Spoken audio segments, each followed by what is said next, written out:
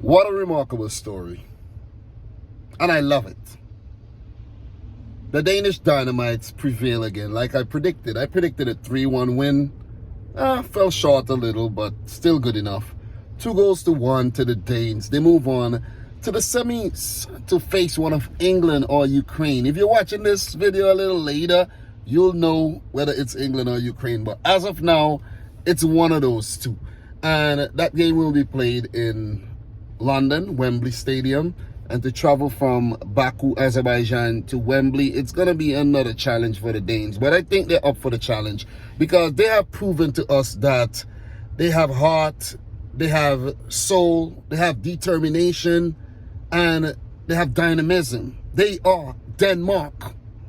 Delaney and Dolberg with the goals today. Video coming to you from the boy Dominic. It's all these, man. It is all these. You see what I'm saying? And the Danes with another big W. They started off the tournament with 2 L's, though.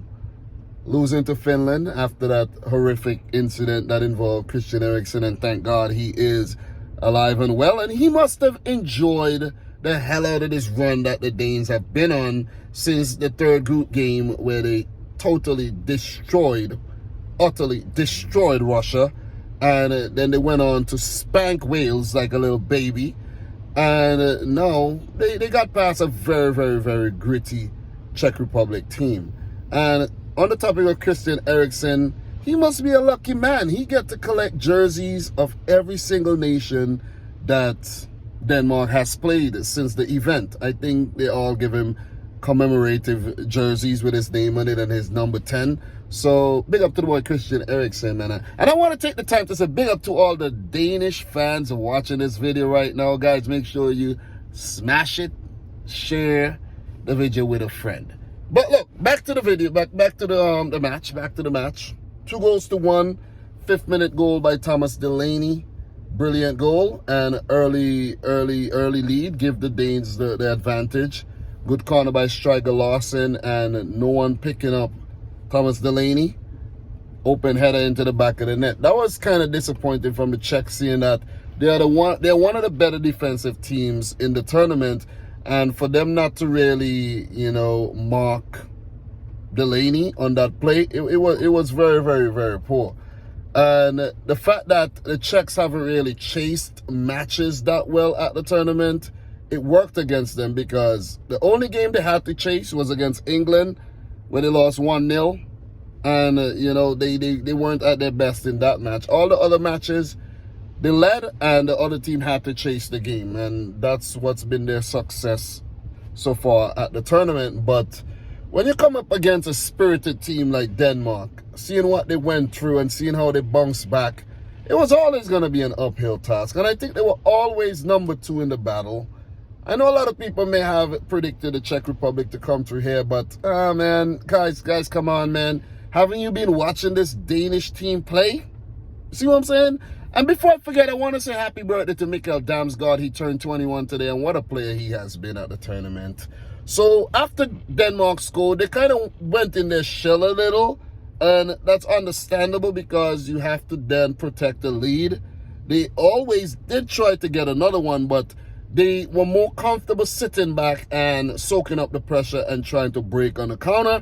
And break on the counter they did after a really good period of play by the Czechs where they put together some really good attacks. But that Mailer cross from the outside of his right foot that fell nicely to Kasper Dolberg. Oh, man. Braithwaite and Dolberg running into the box put the Czech defense in a whole lot of bother. That finish was exquisite, man. And Kasper Dolberg picking up his 3rd goal in 2 games. And it has been a masterstroke by Kasper Hjulmand to stick with Kasper Dolberg even though Poulsen was fit to start.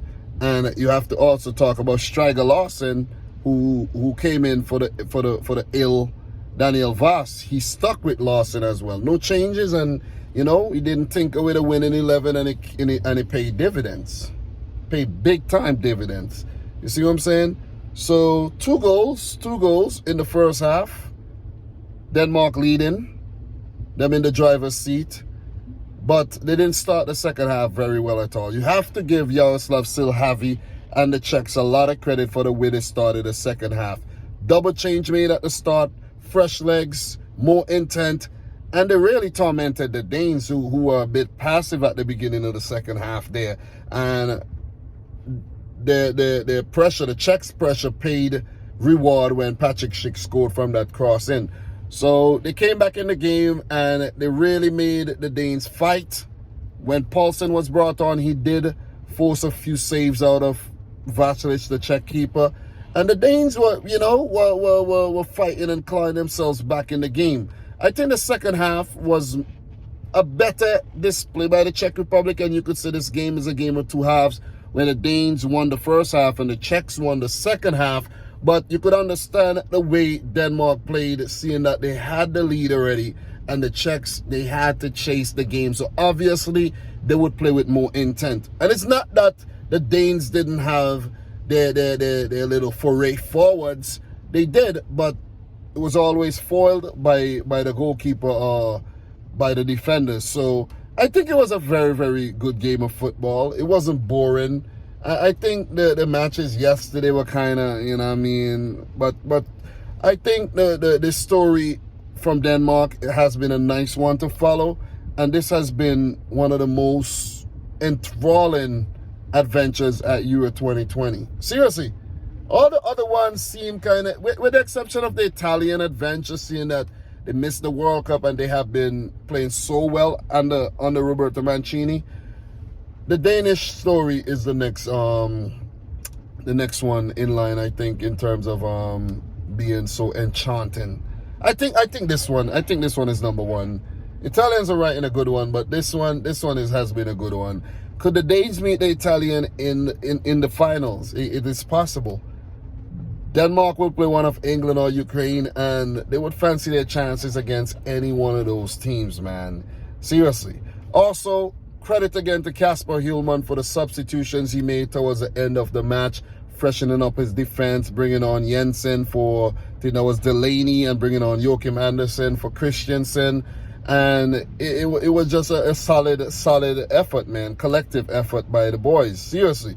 And the Czech Republic, you also got to give them credit. They fought well. They pushed the Danes right to the edge.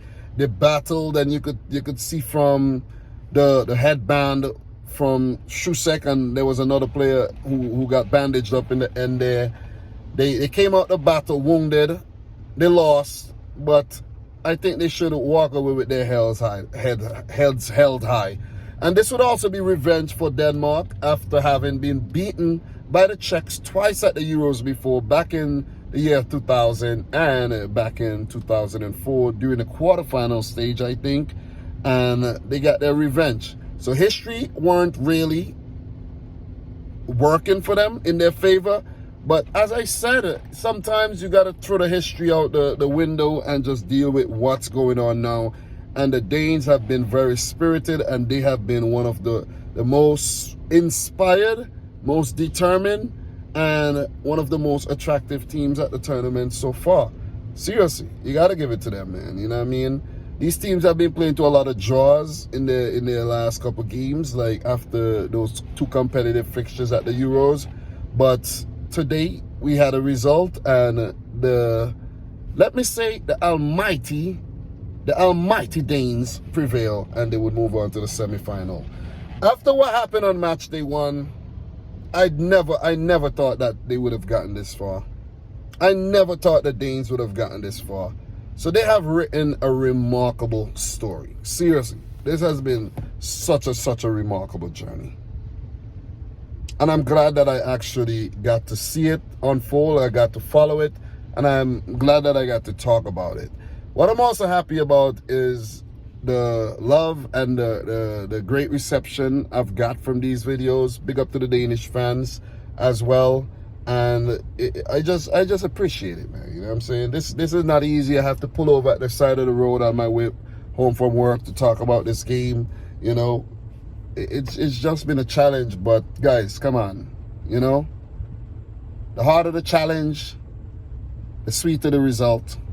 And that is also testament to what Denmark has done at Euro 2020. So Another quality performance by the Danes. I think they deserve the victory, but it will get a little bit more harder in the next round, whether they meet Ukraine or England. This is just my quick match reaction, guys. Let me know your thoughts down below. Like the video if you like it. Subscribe if you're new. And from your boy, Dominic Rich. Until next time, peace out. Rich Squad. Peace.